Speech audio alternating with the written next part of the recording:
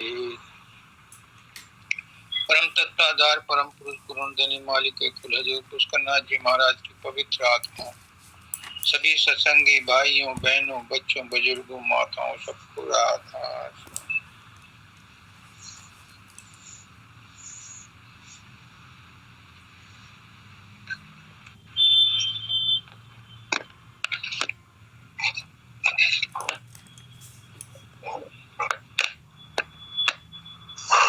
गुरुदेव ऐसे सेट नहीं हो रहा, ऐसे ही ठीक है।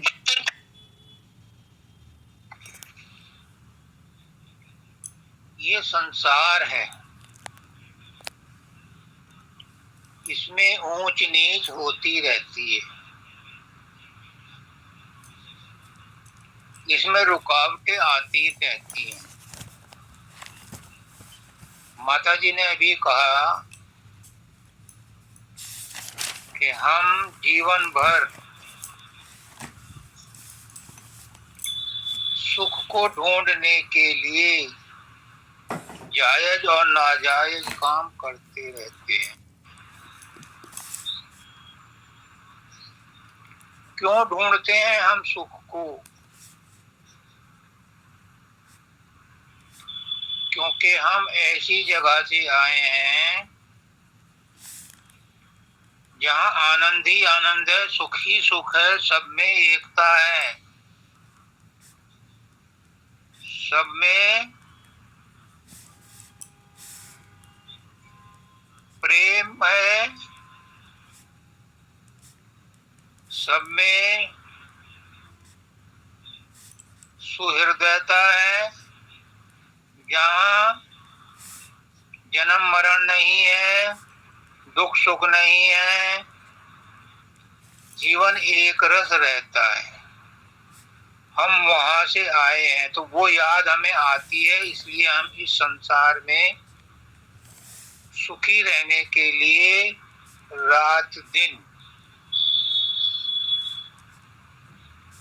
प्रयास करते रहते हैं, लेकिन सुख मिलता नहीं। क्यों? क्योंकि हम उल्टी दिशा में दौड़ लगा रहे हैं। हम संसार में सुख ढूंढ रहे हैं। संसार दुखालय है, बनाया ही दुख के लिए है, ताकि कोई इसमें रमण ना जाए।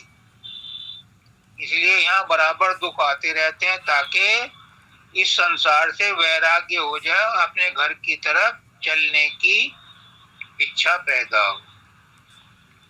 ये बेसिक सिद्धांत बनाया गया है। अब एक कुत्ता है, जानवर है, लेकिन वो हड्डी चूसता है और महसूस करता है कि उसे हड्डी में से कुछ स्वाद आ रहा है, लेकिन वो स्वाद उसके अपने ही जबड़ों में से निकला हुआ खून होता है। इसी तरह से संसार के जितने भी हम कर्म कांड करते हैं, कर्म करते हैं, खाने का, पीने का, सोने का, उठने का, नौकरी का, परिवार का, संसार का, जितना भी काम करते हैं, हम ये महसूस करते हैं हमें सुख मिल रहा है, जबकि वो दुख का ही मूल कारण है। उसके बाद ही दुख माना जाता है। वो हमें दुख की तरफ ही ले जाता है, सुख की तरफ नहीं ले जाता। क्यों? क्योंकि हम उल्टी दिशा में जा रहे हैं। हम बाहर मुखी हो रहे हैं तो बाहर में तो दुख ही दुख मिलेगा। अगर सुख चाहिए तो अंतर्मुखी होना पड़ेगा। और अंतर्मुखी कैसे हुआ जाता है, ये गुरु बताता है। गुरु आपको सुख नहीं देता, गुरु आपको सुखी रहने का नुस्खा बताता है, तरकीब बताता है। एक आदमी ने शिव शंकर भगवान की बहुत तपस्या करी। वो संसार से बहुत दुखी था। तो शिव शंकर भगवान प्रकट हो गए। भोलेनाथ है वो जल्दी प्रकट हो जाते हैं, जैसे पुष्करनाथ जी एकदम प्रकट, एकदम खुश हो जाते थे, वो भोलेनाथ थे। तो शंकर भगवान प्रकट हो गए और पूछा, कहा उससे, बच्चा मैं तुझसे बहुत प्रसन्न हूँ, मांग ले, क्या मांगता है।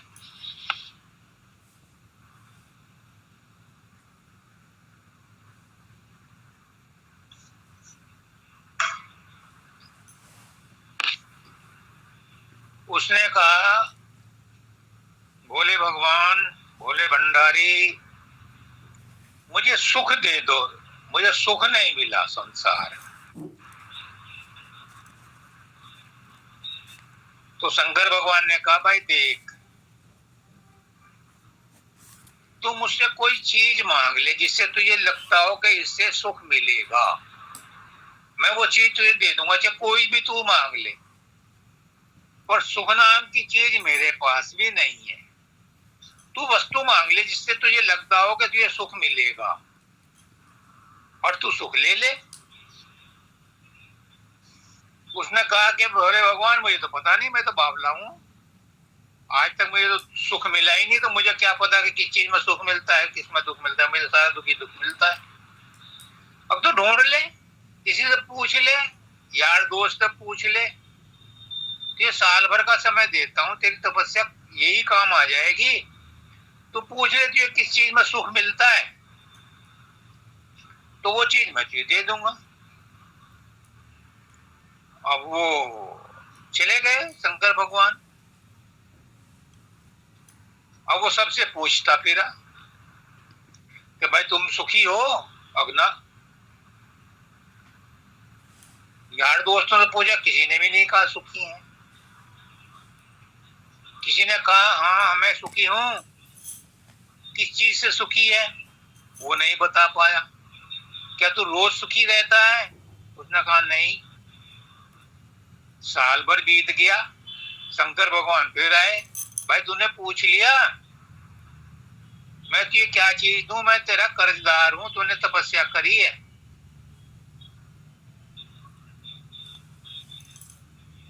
तो वो बोला, ना मुझे तो कोई चीज नहीं मिलती है ऐसी जिससे सुख मिलता हो।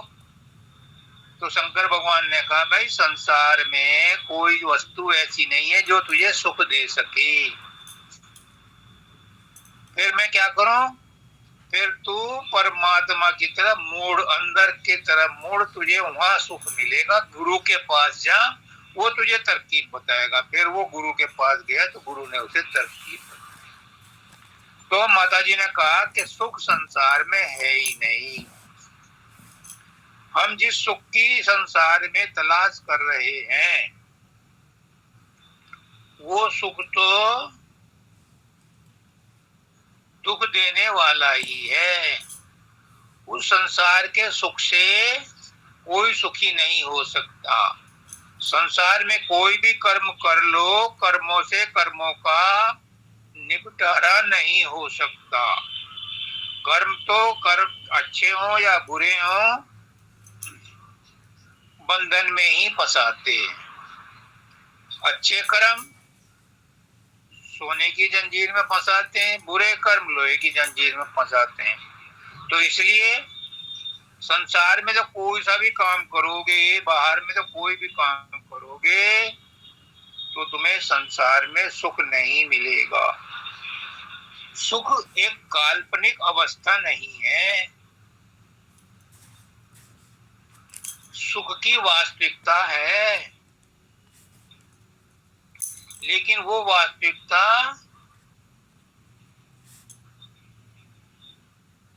आंतरिक है, बाहरी नहीं।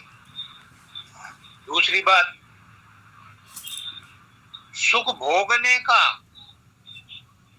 यंत्र और माध्यम तो शरीर है, क्योंकि शरीर मिला ही दुख सुख भोगने के लिए है। पुष्करनाथ जी कहते हैं कि हमारी इच्छाओं की टोकरी भरी हुई है। प्रारब्ध के अनुसार जितने इच्छाएं पक गई, वो प्रारब्ध बन करके इस जन्म में मिली हैं और उसको भोगने के लिए शरीर मिला है। तो सुख भोगने का साधन तो शरीर है, परंतु सुख को जो महसूस करता है वो मन है। और मन जब तक विचलित है, एजिटेटेड है, मन जब तक चंचल है, चाहे शराब पी करके पड़ जाओ, भांग पी करके पड़ जाओ, जब भी नशा उतरेगा वो दुख ही देगा, उसमें सुख नहीं मिलेगा। हाँ, अगर मन स्थिर है, निर्मल है, शांत है, एकाग्र है, तो सुख की अनुभूति कर सकता है। लेकिन वास्तविक सुख किसको अनुभव होगा? वो आत्मा को होगा। तो ये सुख की या आनंद की एक रूपरेखा है।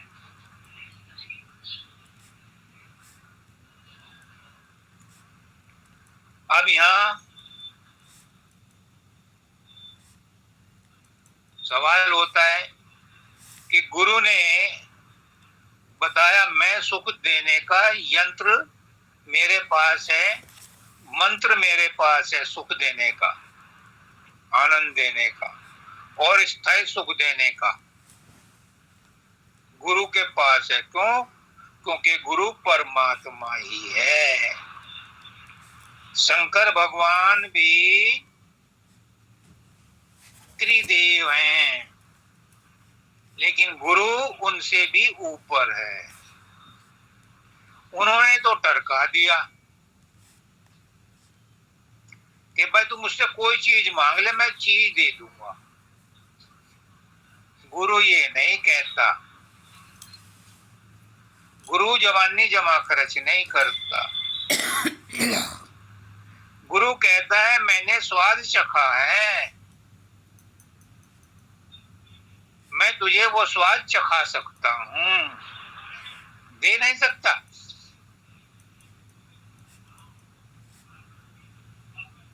मैं तुझे सुख नहीं दे सकता, पर तुझे ऐसा तरीका बता दूंगा कि तू सुख महसूस कर सकता, अनुभव कर सकता है, आनंद में अनुभव कर सकता है, शांति अनुभव कर सकता है। तुझे वो तरकीब बता दूं।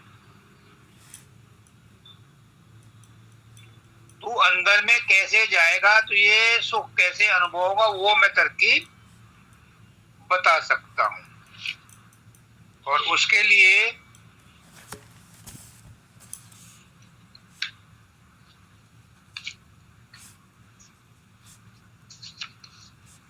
जैसी ने जो शब्द पढ़ा है आज उस पर सटीक बैठता है।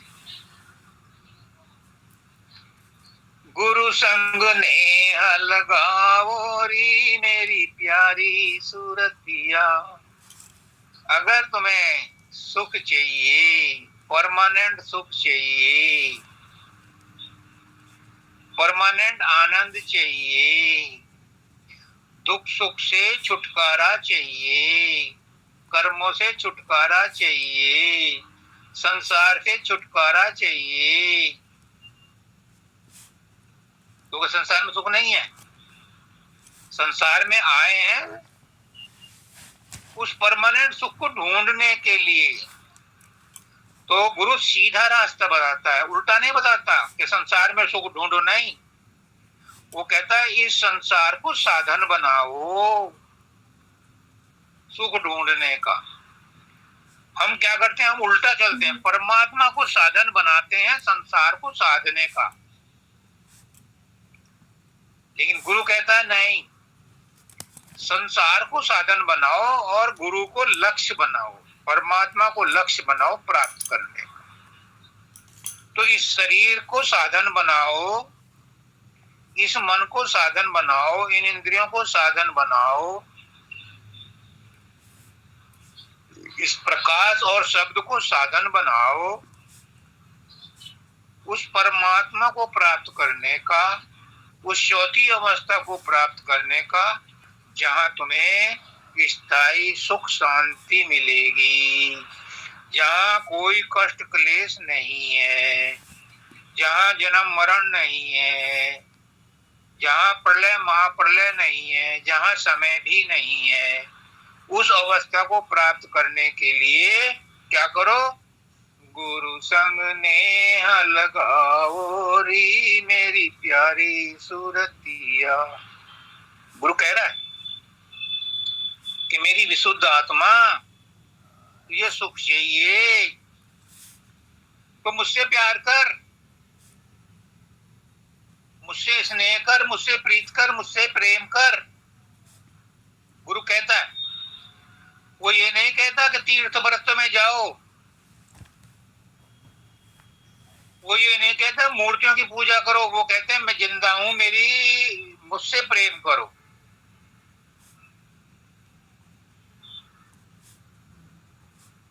क्यों? क्योंकि उसने सुख का अनुभव किया हुआ है, वो आनंद में रहता है, वो परम आनंद में रहता है, वो इस संसार से विरक्त रहता है, वो संसार में रहता हुआ संसार के दुख सुखों से ऊपर उठा हुआ है। तुम उसके साथ नेह लगाओगे तो तुम्हारे अंदर भी वही क्वालिटीज आ जाएंगी। तुम शराबी के साथ नेह लगाओ तो शराब पीने की आदत पड़ी जाएगी। जुआरी के साथ बैठोगे तो जुआ खेलना आ ही जाएगा। इसलिए गुरु कहता है कि अगर तुझे स्थायी सुख चाहिए, तुझे परमानेंट सुख चाहिए, तुझे अगर संसार से वैराग्य हो गया है, संसार पर तुझे विश्वास नहीं रहा, तो मैं तुझे उस जगह पहुंचा सकता हूं जहां से तू आया है और जो सुख का स्थान है, परमानंद का स्थान है। वहां दुख नाम की चीज ही नहीं है। क्यों? क्यों? क्यों? बहुत बड़ा क्यों है। क्योंकि जहां से तू आया है वहां माया नहीं है, चौथे पद में माया नहीं है, और माया ही दुख का कारण है, दुख सुख का कारण माया ही है, और वो माया से परे की अवस्था है, चौथी अवस्था। मैं तुझे वहां पहुंचा दूंगा, पर मेरे साथ स्नेह कर, प्रेम कर।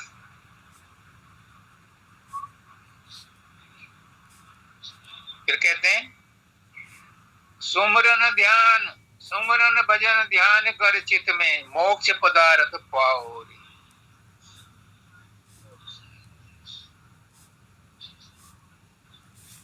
गुरु कितना दयालु है,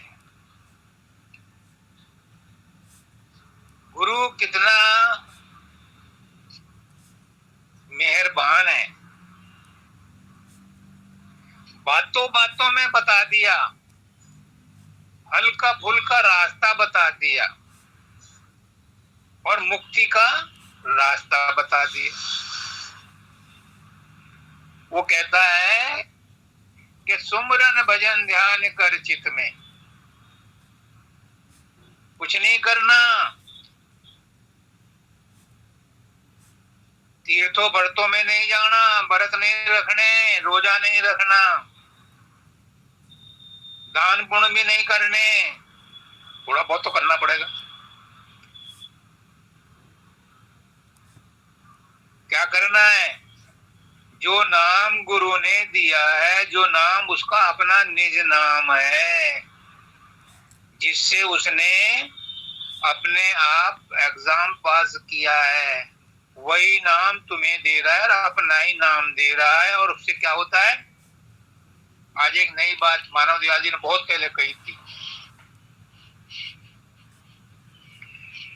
जब कोई शिष्य गुरु के पास जाता है, उसे नाम, और गुरु उसे नाम देता है, तो वो द्विज हो जाता है। द्विज उसका दूसरा जन्म हो जाता है।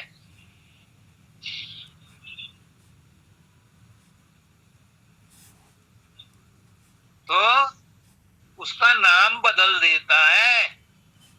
उसका क्या नाम कर देता है?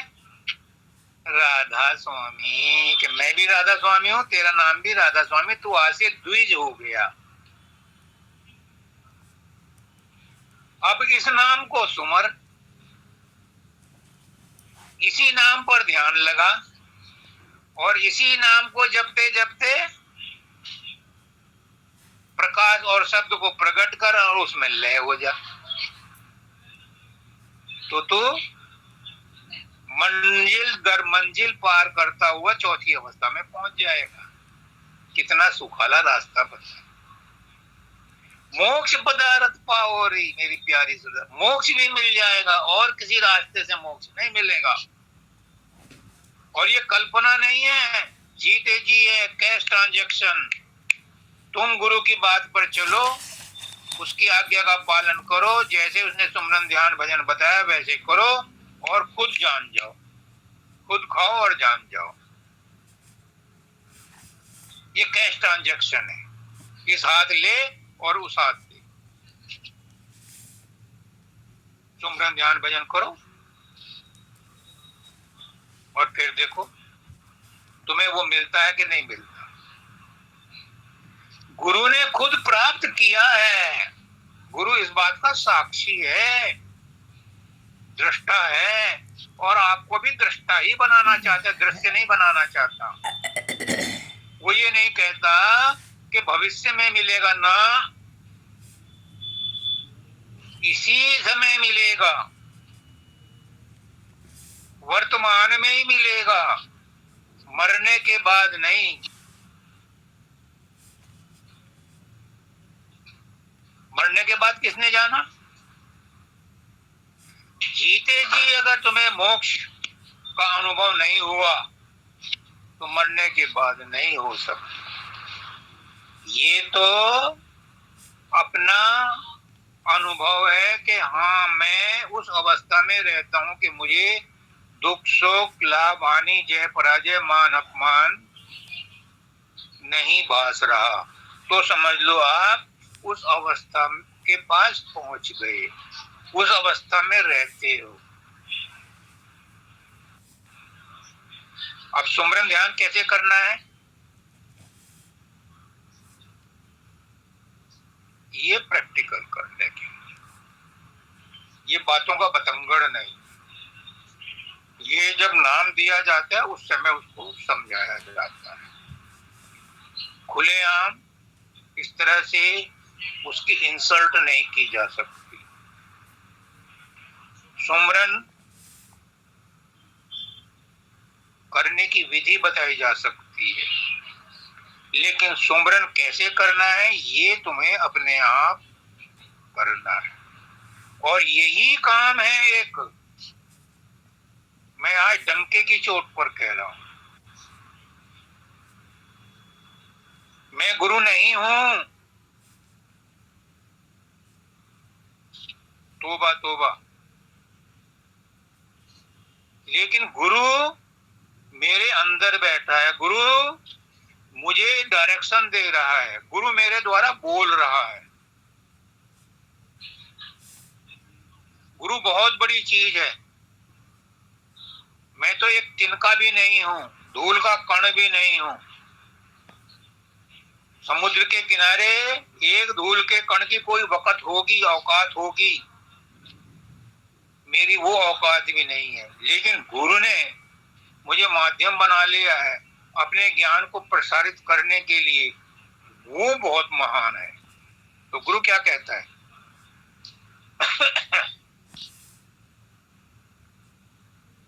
गुरु कहता है कि जो तुम सुमरन करते हो जो तुम ध्यान करते हो ये बाहर वाले गुरु का तो करते हो, लेकिन बाहर वाला गुरु कहता है मेरी दाढ़ी मूंछ मत देखते रहना, असली गुरु तेरा अंदर ही बैठा है, तू अंदर में घुस।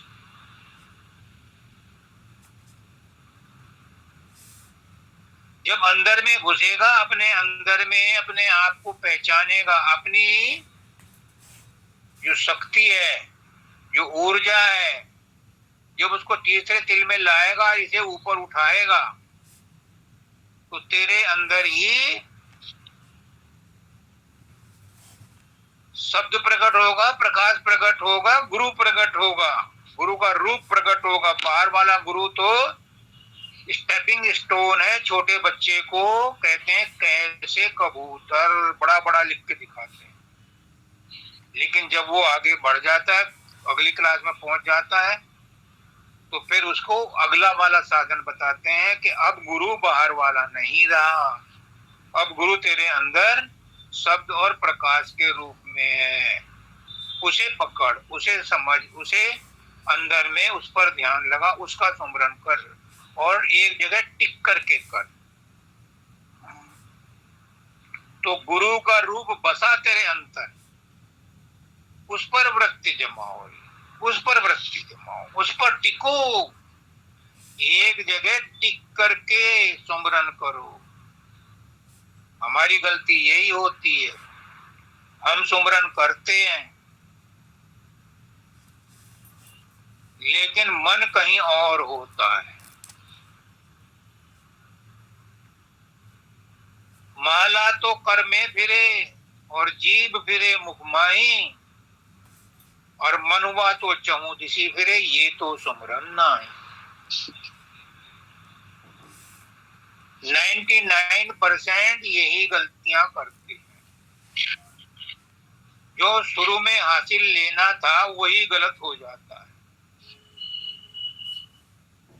अगर किसी 5-7 लाइनों का टोटल करना है और हमने उसका हासिल लेना भूल गए, तो उस सम में जो हमने टोटल किया है उसमें मल्टीप्लाई करो, डिवाइड करो, स्टैंडर्ड डेविएशन निकालो, मीन डेविएशन निकालो, सब गलत आए। क्यों? क्योंकि हासिल लेना ही भूल गए, मूल में ही भूल हो गई। ऐसे ही सुमरन में ही जब भूल हो जाती है, हम टिक करके सुमरन को नहीं कर पाते, कारण भी समझ लो।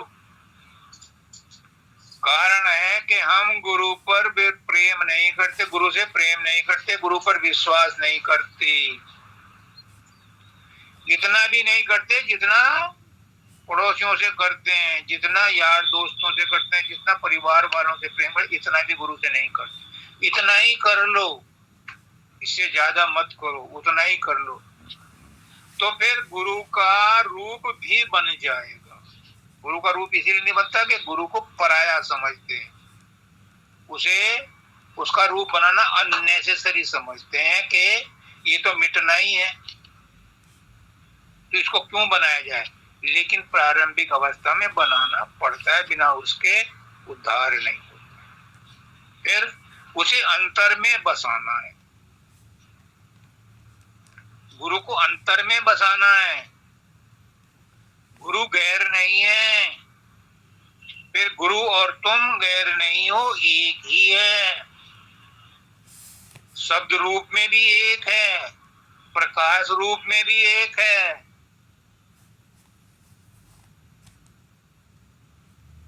और मैं तो एक और बात कहता हूं कि भले ही मुझे नरक में जाना पड़े, ये स्थूल रूप में भी जो जिस मटेरियल से तुम्हारा शरीर बना है उसी से गुरु का शरीर बना है, उसी से संसार के और शरीर बने, वही 5 तत्वों का शरीर बना है, तो अंतर उसमें भी नहीं है। पर अंतर क्या है? अंतर है विचारों में, अंतर है मन में, अंतर है सोच में। पुष्कर नाथ जी कहते हैं कि गुरु आपको कुछ नहीं देता, आपकी सोच बदलता है। जब आपकी सोच बदल जाती है तो फिर आप वो सोचना शुरू करते हो जो गुरु सोच रहा है, और जब आप वो सोचना शुरू करते हो जो गुरु सोच रहा है तो फिर आप गुरु के मत के हो जाते हो। और अगर उल्टी दिशा में सोच रहे हो, गुरु कुछ और सोच रहा है, तुम कुछ और सोच रहे हो, तो पास बैठे हुए भी तुम गुरु के पास नहीं, और दूर बैठे गुरु बसे बनारसी शिष्य समुंदर तीर, और एक पलक बिछड़े नहीं जो गुण हो शरीर। अगर दूर बैठे हैं और दोनों समान वेवलेंथ पर विचार कर रहे हैं, समान विचारधारा पर कायम है, तो वो एक दूसरे से कनेक्टेड हैं, एक दूसरे का आदान प्रदान करते हैं। ये विचारों की थ्योरी है, ये रेडियो का सिद्धांत है, ये टेलीविजन का सिद्धांत है कि वेवलेंथ जब मिल जाती हैं तो आप एक दूसरे से 7 समुंदर पार होते हुए भी कनेक्टेड रहते हो। अब मैं आपसे कनेक्टेड हूं क्योंकि वेवलेंथ इसकी मिली हुई है, व्हाट्सएप की वेवलेंथ मिली हुई है। अब ये डिवाइस थी, इसमें वेवलेंथ गड़बड़ कर गई तो डिस्कनेक्ट हो गया, मोबाइल से मोबाइल पे मिल गया फिर कनेक्ट हो गया। ऐसे ही हमारे विचार गुरु के विचारों से कभी मिलते हैं, कभी टकराते हैं, कभी विपरीत दिशा में जाते हैं, कभी सामान्य दिशा में जाते हैं। जब वो उसके साथ पैरेलल आ जाते हैं, उसके नजदीक आ जाते हैं, तो हम गुरु के कांटेक्ट में आ जाते हैं, फिर हमें वो सब मिल जाता है। क्या? लख लख अलख दशा घट भीतर, अनहद धुन नित गावरी मेरी प्यारी सूरतिया, गुरु कहता है। आज माता जी ने जो शब्द कहा, जो उन्होंने सत्संग दिया, इस सब से कैसा मैच कर गया? क्योंकि ये उस मालिक की मौज है, वो मालिक ही इसमें बैठा हुआ है, वही आपको ये सुमरन ध्यान भजन की तरकीब बता रहा है। कह रहे हैं लख लख अलख, अलख किसे कहते हैं? जो लखा ना जाए। अलख कहते हैं मन को, मन लखा नहीं जाता। तो लख लख अलख, उस मन को जो कोई नहीं आज तक देख पाया, उसे भी तुम देख लो। लख लख अलख, घटा घट दशा घट भीतर, वो दशा तुम्हारे अंदर प्रकट हो जाएगी उस सुमरन ध्यान भजन से कि आप अलग को भी अपने अंदर में लख लोगे, उस मालिक को भी लख लोगे, मन को ही नहीं, अगम और अनामी अकह को भी लख लोगे। ये खासियत है और ये गुरु कृपा है। गुरु की हमारे ऊपर बहुत बड़ी कृपा है। मैं बहुत एहसानमंद हूँ गुरु का, और आप सब भी मेरे गुरु हो, मेरे गुरु के प्रिय हो, तो आप सबको भी मैं बहुत वंदना करता हूँ, आपका स्वागत करता हूँ कि आपकी वजह से मेरे कर्म कट रहे हैं। लख लख अलग घटा दस भीतर, अनहद धुन नित गाओ रे मेरी प्यारी।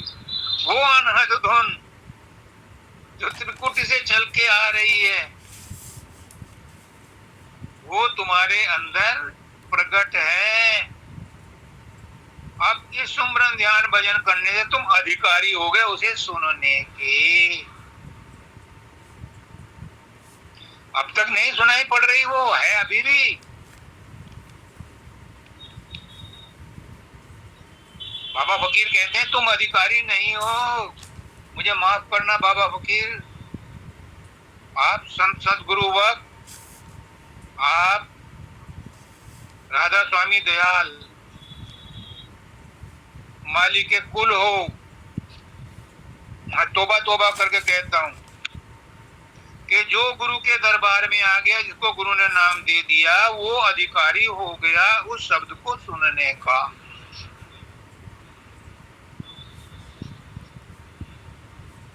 जिसको जो गुरु के पास आ गया, गुरु ने उसको नाम दे दिया और वो गुरु से नेह लगाता है, वो अधिकारी हो गया उस शब्द को सुनने।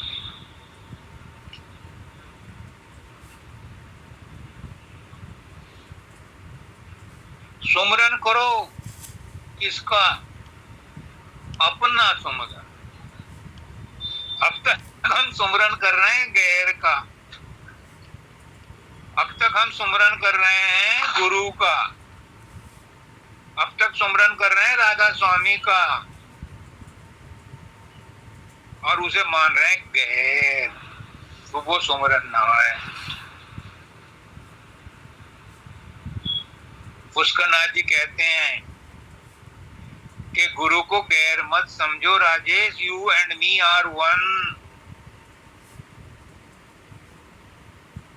और कबीर साहब कहते हैं आन उपासक कृतघन तरे न नाम रटंत। जो नाम रटते रहते हैं और गुरु को गैर मानते हैं, उनका उद्धार नहीं होता, उन्हें नहीं मिलता। लख लख अलग घटा दस भीतर, उनके अंदर प्रकट नहीं होती।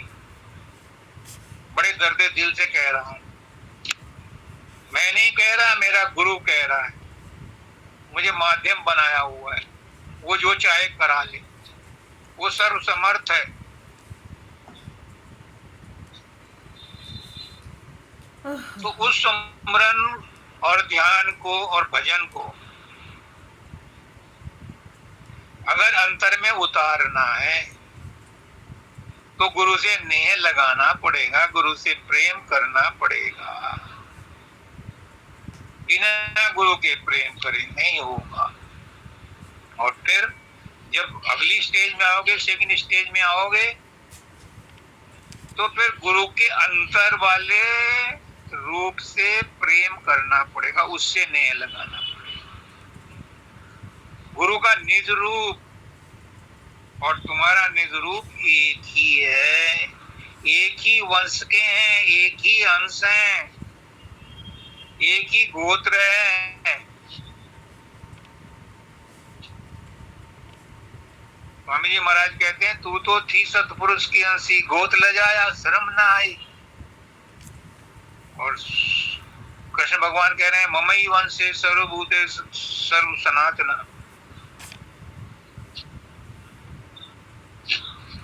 ममई वंशे सर्वभूते सनातन, सारे जीव जितने भी सनातन है सब मेरा ही अंश है। और तुलसीदास जी भी कहते हैं ईश्वर अंश जीव अविनाशी। तो सब वही है, उसी के अंश है, सब वही है, एक ही है जिसने कहा मैं एक से अनेक हो जाऊं। अनेक रूपों में वही प्रकट है, लेकिन हम उसे अनेक मान रहे हैं। है वो एक ही अनेक रूपों में प्रकट हो रखा।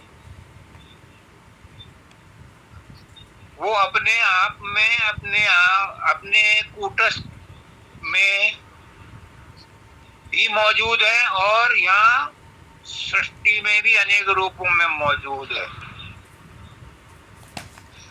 उसका कहीं भी अभाव नहीं है, क्योंकि सत का कहीं अभाव नहीं होता और असत का कहीं भाव नहीं होता। जो ये माया असत है, ये पूरी तरह से असत नहीं है, इसमें भी सत्य है, लेकिन सत्य छिपा हुआ है। ये मालिक पर आधारित है, ये ब्रह्म पर आधारित है, ब्रह्म इस पर आधारित नहीं है, पर ये ब्रह्म पर आधारित है। ब्रह्म के बिना ये खेल नहीं खेल सकती, लेकिन ब्रह्म भी इसके बिना खेल नहीं खेल सकता। ब्रह्म रहे माया के ओले, बिन माया ब्रह्म क्या बोले। तो ब्रह्म को खेल खेलने के लिए माया चाहिए, उसी माया से उसने एक से अनेक रूपों में होकर के खेल खेल रहा है, और हम इस खेल को सच मान रहे हैं। ये खेल सच नहीं है। एक और बात नोट कर लो आज, ये जो कुछ भी सृष्टि में कोटि कोटि ब्रह्मांडों में नजर आता है, सब ब्रह्म है, सब मालिक है, सब मालिक है। लेकिन लेकिन लेकिन इसके रूप और रंग, नाम और रूप, ये सच नहीं है, ये ब्रह्म नहीं है। नाम और रूप ब्रह्म नहीं है। बाकी सब कुछ ब्रह्म है, पर नाम और रूप ब्रह्म नहीं है, वो माया है। वो माया कहां से? बात समझ लो, ये जो कुछ भी यहाँ मौजूद है सब ब्रह्म है, लेकिन इनके नाम और रूप ब्रह्म नहीं है। जिस दिन ये बात समझ में आ गई, उस दिन तुम मोक्ष पदारथ पाओरी मेरी प्यारी सूरतिया, उसी दिन मोक्ष मिल जाए। कि इस संसार में, इस ब्रह्मांड में, इन कोटि कोटि ब्रह्मांडों में जो कुछ भी है, ईशावास्यम इदं सर्वम यत् किंचित जगत्याम जगत, जो कुछ भी है इस जगत में, वो सब ईसा ईस ही है, ईसा से ओतप्रोत है।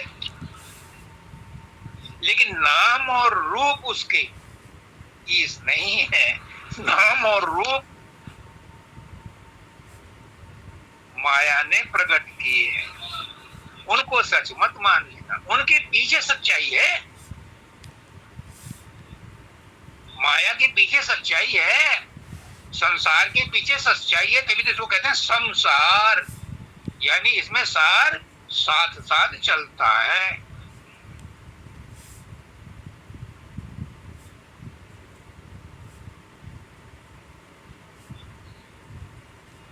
वो कहते हैं सुमरन सबका सार है प्यारी। आज इसी पे सत्संग होना था, लेकिन थोड़ा टॉपिक लंबा हो गया। मेरी दिली इच्छा थी कि सुमरन ही एक आधार है, एक सार है, जिसके ऊपर मेरा गुरु आज एम्फेसिस डाल रहा है कि सुमरन ही सब कुछ है।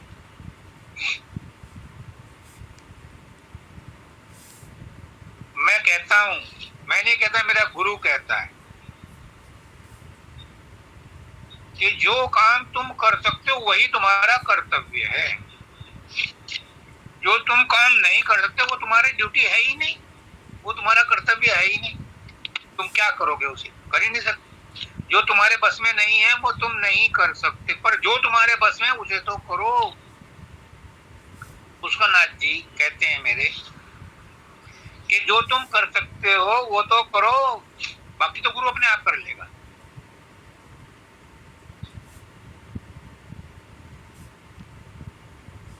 ये विश्वास हो तो मैं आगे बात चलूं। अपने आप से कमिटमेंट करो, मुझसे मत करो। अपने आप से कमिटमेंट करो कि तुम्हारे बस में क्या है, तुम्हारे बस में सुमरन करना है, तुम सुमरन कर, बाकी सब गुरु पे छोड़ दो, गुरु अपने आप कर लेगा। तुम प्रेम के साथ, श्रद्धा के साथ, प्रीत के साथ, प्रतीत के साथ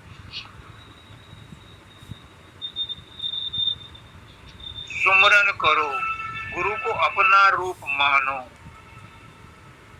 ये राधा स्वामी नाम अपना ही नाम मानो, और एक जगह टिक करके करो। कहीं भी टिका लो, चाहे बाहर में टिका लो या अंदर में टिका लो, किसी एक पॉइंट पर टिका करके वहां जम जाओ और वहां सुमरन करो। तो अंदर में वो ऊर्जा मिलेगी, वो विल पावर इतनी स्ट्रांग हो जाएगी कि अगला रास्ता तुम्हें, अगली मंजिल का रास्ता तुम्हें अपने आप खींचेगा। तुम्हें ऊपर खींचेगा, ऊपर की मंजिलों में। तुम नहीं कुछ करोगे, वो ऑटोमेटिक है, वो होगा। और ये अनुभव की बात है, ये कपोल कल्पना नहीं है, किताबी ज्ञान नहीं है। तुम सुमरन करो और प्रेम से करो, अपना समझ के करो, अपने लिए करो, दूसरों के लिए मत करो, दिखाने के लिए मत करो। कोई संसार की चीज मांगने के लिए मत करो। वो सब तो प्रारब्ध से अपने आप मिल रहा है, मिलता रहेगा। अब तक मिला है, अब भी मिल रहा है, आगे भी मिलता रहेगा। उसके लिए सुमरन नहीं करो, संसार की किसी बात के लिए सुमरन मत करो। सुमरन करो कि मुझे वहां पहुंचना है, मेरी सूरत को सतलोक पहुंचना है, इसके लिए मैं सुमरन कर रहा हूं। ये कामना, ये इच्छा सारी इच्छाओं को खत्म कर देगी और आपको निरीक्षित बना देगी। पर प्रेम, श्रद्धा, विश्वास और लगन के साथ करना। अपने आप से कमिटमेंट करो हर सत्संगी, क्योंकि ये सुमरन ही एक ऐसी चीज है जो आपके बस में है करने के लिए।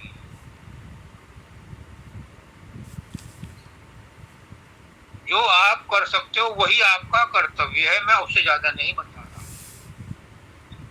और मैं बताऊं, सुमरन करने की तुम्हें आदत है, ऐसा नहीं है कि मैं नई चीज बता रहा हूं। सुमरन करने की तुम्हें आदत है, रात को नींद नहीं आती, सुमरन ही करते हो संसार का, विषय वासनाओं का, भोग वासनाओं का, दुश्मनों का, मुकदमे का। सुमरन ही करते हो, हर एक को आदत है पड़ी हुई है सुमरन करने की, तो नई चीज नहीं है सुमरन जो गुरु बता रहा है। लेकिन तुम उल्टी दिशा में कर रहे हो, गुरु सीधी दिशा में बता रहा है कि तुम यहाँ का सुमरन करो। जो गुरु के नाम का सुमरन करेगा, जो राम के नाम का सुमरन करेगा, जो ओम के नाम का सुमरन करेगा, जो गुरु ने नाम दिया उसके नाम का सुमरन करेगा, वो क्या करेगा? वो सहज में ही भव सागर पार कर जाए। ये आपकी ड्यूटी है, इससे ज्यादा ड्यूटी नहीं है आपकी। इससे ज्यादा ड्यूटी तो उसकी है जिसने सुमरन बताया। वो अपने आप जिम्मेदार है, वो जानता है, वो कैपेबल है, वो सर्वसमर्थ है, और उसने आज तक लोगों को पार किया है, उसे तजुर्बा है। बहुत लोग देखे मैंने जिन्होंने गुरु के ताल में ताल मिलाकर के सुमरन ध्यान भजन किया और वो भवसागर से पार हो गए। बहुत लोग देखे हैं मैंने, मैं साक्षी हूं, उनका विटनेस हूं। बहुत लोगों को देखा है मैंने पार होते हुए।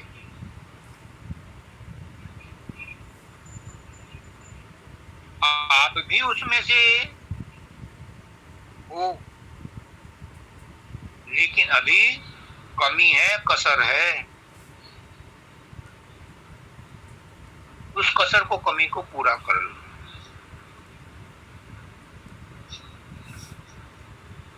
वो सुमरन नहीं है जिसमें एक के साथ दो रहते हो। प्रेम गली अति सागरी तामे दो न समाये। अगर सुमरन गुरु के नाम का हो रहा है तो दूसरा विचार नहीं आना चाहिए, बस ये शर्त है। फिर गुरु जाने, गुरु ने गुरु का काम जाने। और मैं गारंटी के साथ कहता हूं उसका बेड़ा पार होगा। कोई नहीं रोक सकता उसे। संसार की कोई ताकत उसे नहीं रोकती, काल और माया भी उसे नहीं रोकती, ब्रह्म की भी ताकत नहीं है उसे रोक सके। ब्रह्मांड में कोई ताकत नहीं उसे रोक सके।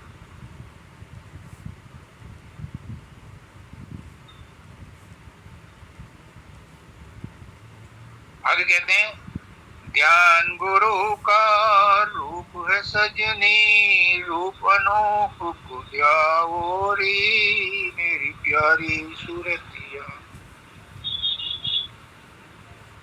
ध्यान, ध्यान क्या है? कुछ नहीं है, कुछ नहीं है। ध्यान कुछ नहीं है, गुरु का रूप है जिसको तुमने प्यार किया है। अंदर में भी गुरु का रूप है, बाहर में भी गुरु का रूप ही ध्यान है, और कुछ नहीं। फालतू के वोकैबुलरी में, शब्दकोश में मत उलझो।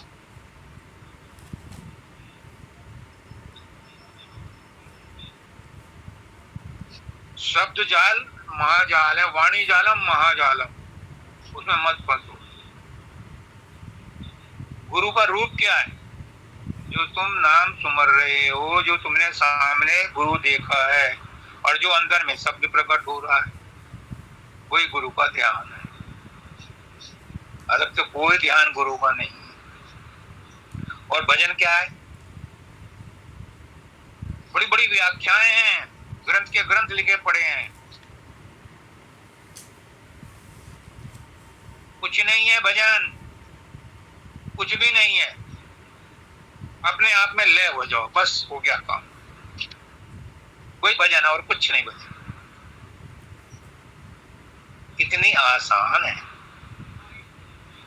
ये संत मत, बहुत आसान है, लेकिन करना कठिन है, करना कठिन।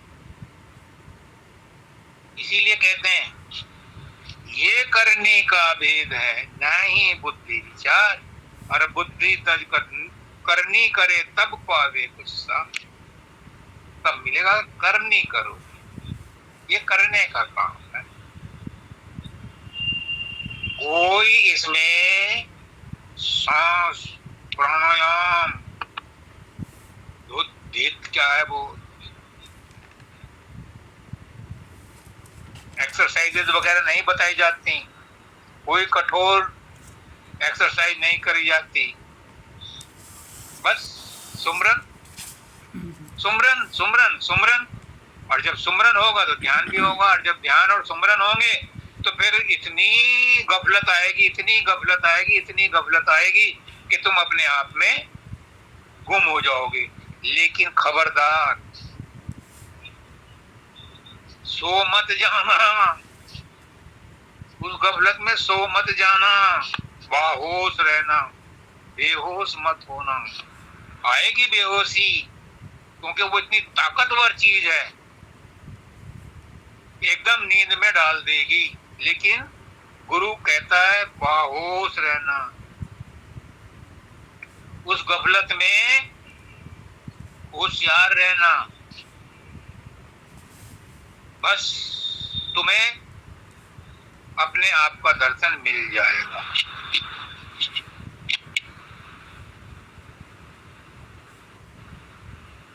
फिर कह रहे हैं, नाम का तार गूंज रहा अंतर, हाँ रूप अनूप को ध्याओ रे। सुमरन ध्यान, सुमरन सबका सारे प्यारी, सुमरन सहज उपाओ रे। ध्यान गुरु का रूप है सजनी, रूप अनूप को ध्याओगे। रूप और अनूप क्या है?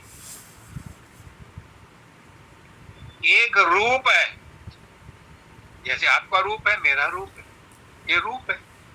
और रूप नाम, इन दो का ही सारा पसारा है। सारी सृष्टि रूप और नाम के ऊपर ही है। तो रूप तो हो गया जो हम सामने देख रहे हैं, ये प्रकृति ने बनाए हुए, और एक है अरूप। रूप, अरूप, स्वरूप और अनूप, ये चार चीजें। रूप तो वो है जो हम सामने देख रहे हैं, अरूप वो है जो छिपा हुआ है, वो है मन, और स्वरूप है शब्द, ये हमारा निज स्वरूप है। गुरु का भी निज स्वरूप है, मालिक का भी निज स्वरूप है। और अनूप है जो चौथी अवस्था में जाकर के मिलता है, कि यानी उसका कोई वर्णन नहीं है, वो वही है। यानी बूंद सागर में मिली फिर करे क्या गुफ्तगू। जब सूरत हमारी शब्द के भंडार में या सूरत के भंडार में मिल जाएगी तो वो अनूप हो जाएगी।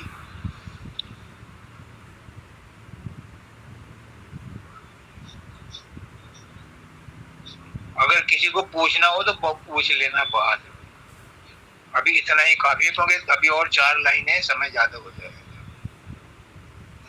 वैसे हमारे 4 रूप हैं, रूप, अरूप, स्वरूप, अनूप। अनूप वो है कि चौथी अवस्था में जाकर के हम उसमें मिल जाते हैं, तो उसका कोई वर्णन करने वाला नहीं मिलता, क्योंकि वहां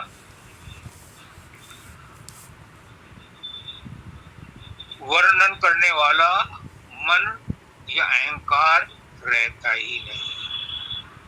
तो वो अनूप में हम हो जाते हैं, और उस अनूप को कहते हैं नेति नेति। यहाँ कुछ पता नहीं किसी को, उसके बारे में कोई कुछ नहीं बताता। क्यों? बताने वाला है ही नहीं। मनवाणी की गम नहीं तुझ तक, उस तक मनवाणी की गम है ही नहीं, कोई जान ही सकती मनवाणी वचन हुआ तो बोलते नहीं, इसलिए उसके बारे में ज्यादा बहस करना भी फायदा। हाँ, कोई आमने सामने बैठे तो कुछ और भी निकल सकता है। हाँ, आगे नाम का तार गूंज रहा अंतर। अब इसका सबका लुब्बे लुभाव क्या है? आपने सुमरन किया, गुरु का रूप बन गया, तो फिर ऑटोमेटिक प्रोसेस है, शब्द और प्रकाश अंदर में अपने आप प्रकट होंगे। तो कह रहे हैं नाम का तार गूंज रहा अंतर, अंतर में तो ऑलरेडी गूंज रहा है। अनहद नाद तो त्रिकुटी में गूंज रहा है, और जो असली नाम है वो अनहद के पार है, शून्य के पार है। लेकिन पहले अनहद तक तो पहुंचो। नाम का तार गूंज रहा अंतर, सुन सुख आनंद पाओरी। अब मिलेगा आनंद। माता जी बोल रही थी ना कि सुख कहाँ है, आनंद कहाँ है, यहाँ मिलेगा। मैंने नहीं लिखा, और न मैंने माता जी को कहा कि आज सुख और आनंद के बारे में कहिए, लेकिन इस शब्द में कहना था करते यार कि उस नाम के धुन को जो ऑटोमेटिक हो रहा है। मानव दयाल जी कहते हैं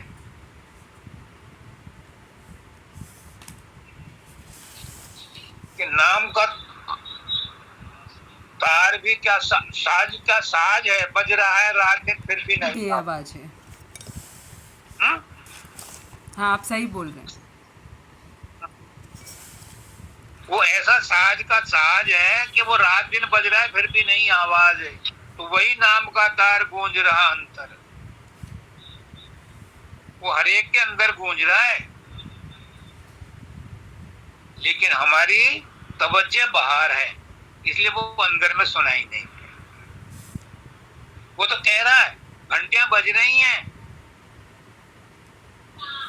शंख बज रहे हैं, मृदंग बज रहे हैं, बादलों की गर्जना हो रही है, ओम का नाद आ रहा है, सारंगी भी बज रही हैं,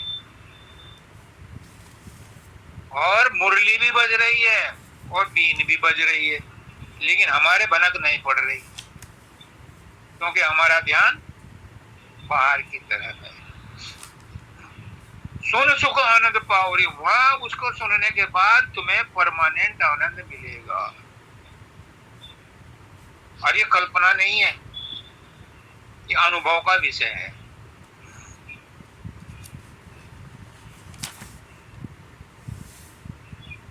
आगे कहते हैं, दुख को त्याग हर्ष नित बाढ़े। दुख को छोड़ना हमारे बस में नहीं है। और एक बात बता दूं, क्या मुझे बुराई कह लेना, तुम्हारी भाषा में, संसार की भाषा में दुख का विलोम सुख है, लेकिन मेरी भाषा में नहीं है। दुख चला जाएगा तो सुख आ जाएगा, जरूरी नहीं है।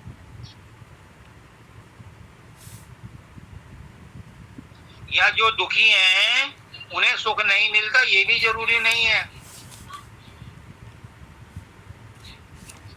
जो दुखी हैं, अगर उन्हें सुख ना हो तो रात को नींद नहीं आएगी, ब्रेन हेमरेज हो जाएगा, उनको भी सुख आता है।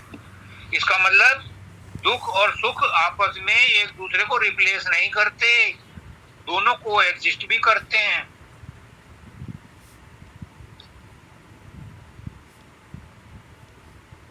ये हमारी वृत्ति है। और फिर पुष्करनाथ जी को बीच में लाऊंगा, उसके बिना अधूरा है। वो कहते हैं दुख सुख तो आते रहते हैं राजेश, लेकिन तुम्हारे अंदर वो ताकत है कि तुम दुख सुख को महसूस ही मत करो, इनसे ऊपर रहो। दुख सुख तो आएंगे, संसार का नियम है, लेकिन हम दुख सुख महसूस ना करें, ये हमारे बस में है।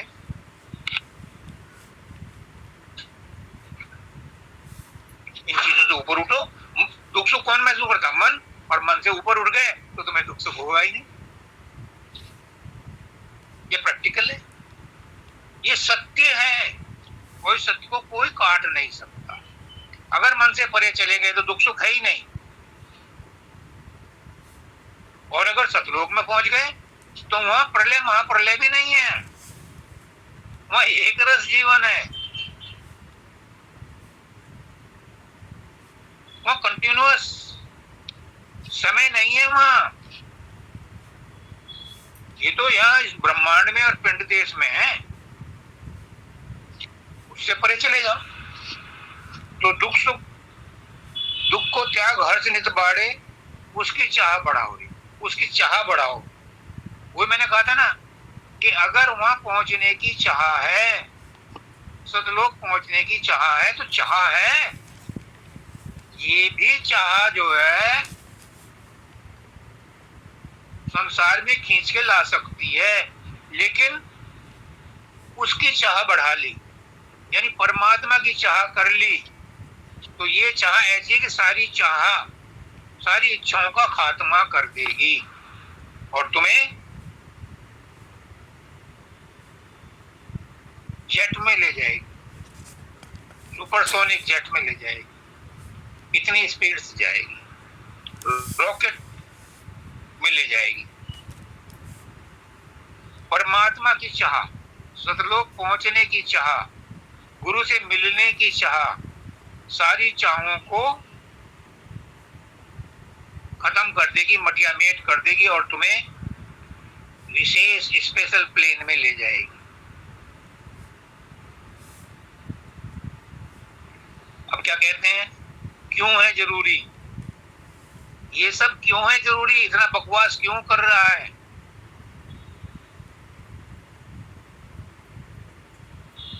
इतना गुरु जो है फोर्सफुली क्यों कह रहा है?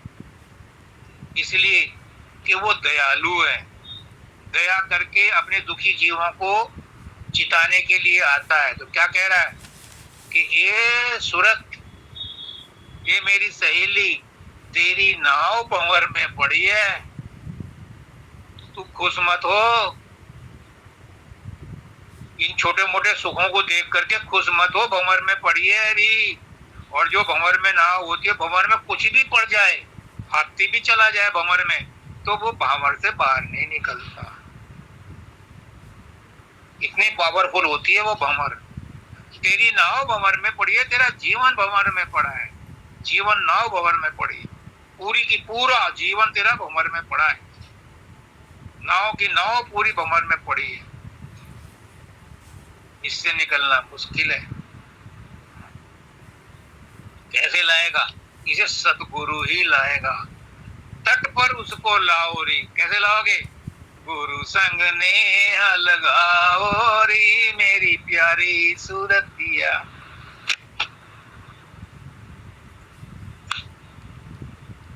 ये जो नाव भंवर में पड़ी है, इसे तट पर लाने के लिए गुरु संग ने लगाओ रे मेरी प्यारी सूरतिया। गुरु के संग नेहा लगाओ। सब कुछ इसलिए करना है, और ये सौदा कहते हैं कि शीश दे सदगुरु मिले तो भी सस्ता जान। अगर गुरु से नेह लगाने में सिर भी कलम करके रखना पड़े तो भी सस्ता सौदा है। क्यों? क्योंकि उसके बाद तुम्हें मोक्ष मिलेगा, सतलोक मिलेगा। और अगर इस गर्दन को बचा के रखा, अहंकार को बचा के रखा, तो 84 में घूमते रहेंगे। सूक्ष्म शरीर यहीं पड़ा रह जाएगा। स्थूल शरीर तो नष्ट हो जाएगा, सूक्ष्म शरीर नष्ट नहीं होगा। ये युगों युगों तक चलता है। और अगर इस सूक्ष्म शरीर का हित चाहते हो तो गुरु संग नेहा लगाओ री मेरी प्यारी सूरत। तो ये सूक्ष्म शरीर का भी उद्धार हो जाएगा।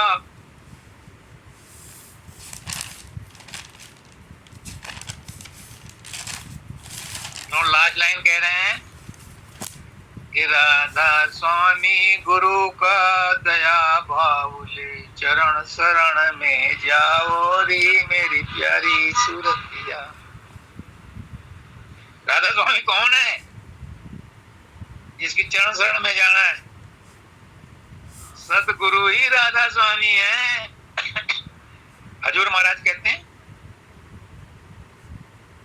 राधा स्वामी दयाल की दया, राधा स्वामी सहाय। क्योंकि सतगुरु के रूप में राधा स्वामी दयाल खुद आया है, मालिक खुद बन के आया है। रब मेरा सतगुरु बन के आया, तो वो राधा स्वामी सतगुरु है।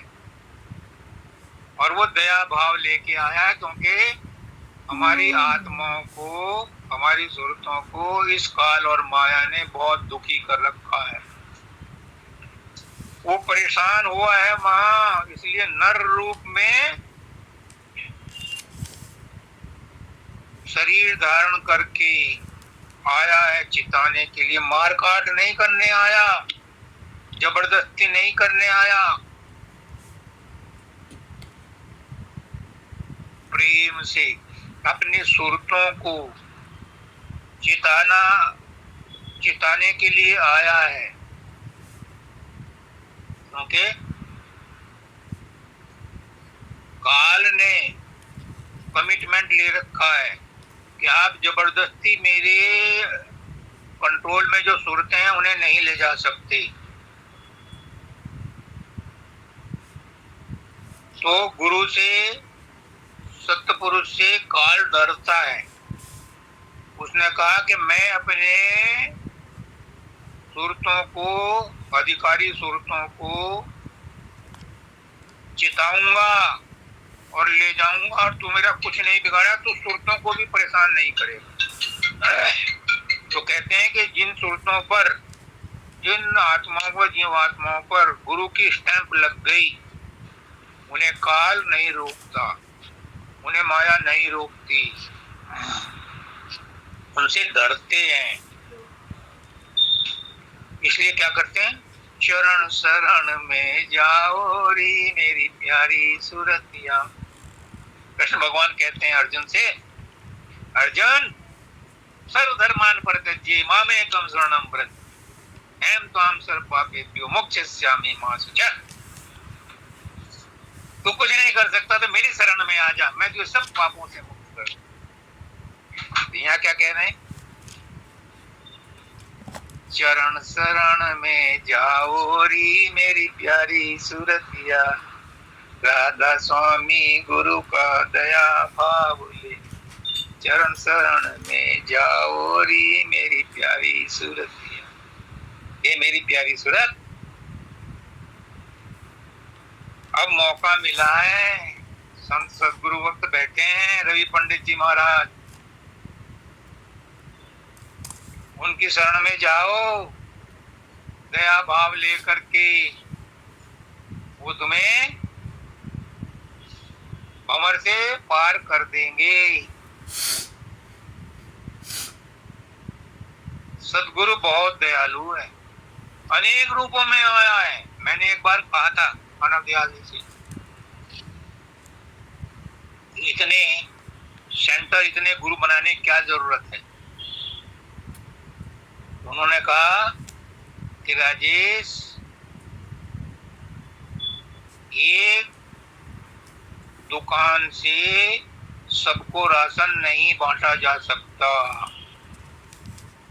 एक अस्पताल से सब मरीजों को का इलाज नहीं हो सकता, इसलिए गवर्नमेंट ने गली गली मोहल्ले में राशन की दुकानें खोल रखी हैं। सब शहरों में कस्बों में सरकारी हॉस्पिटल खोल रखे हैं। हालांकि आजकल तो प्राइवेट वाले आउट नंबर में हो गए, बहुत हो गए, बल्कि गवर्नमेंट वाले तो कहीं दिखाई भी नहीं पड़ते। पर पहले गवर्नमेंट वाले हॉस्पिटल में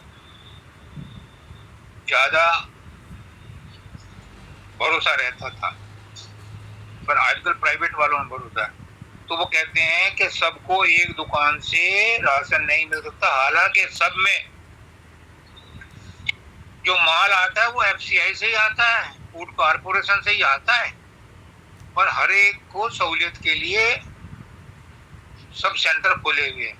ऐसे ही गुरु के लिए भी अनेक आश्रम, अनेक सेंटर खोले गए हैं, ताकि सब सत्संगियों को वहां पर अलग अलग सुविधा के हिसाब से छोटे छोटे ग्रुपों में ज्ञान मिल सके, उनकी सेवा की जा सके।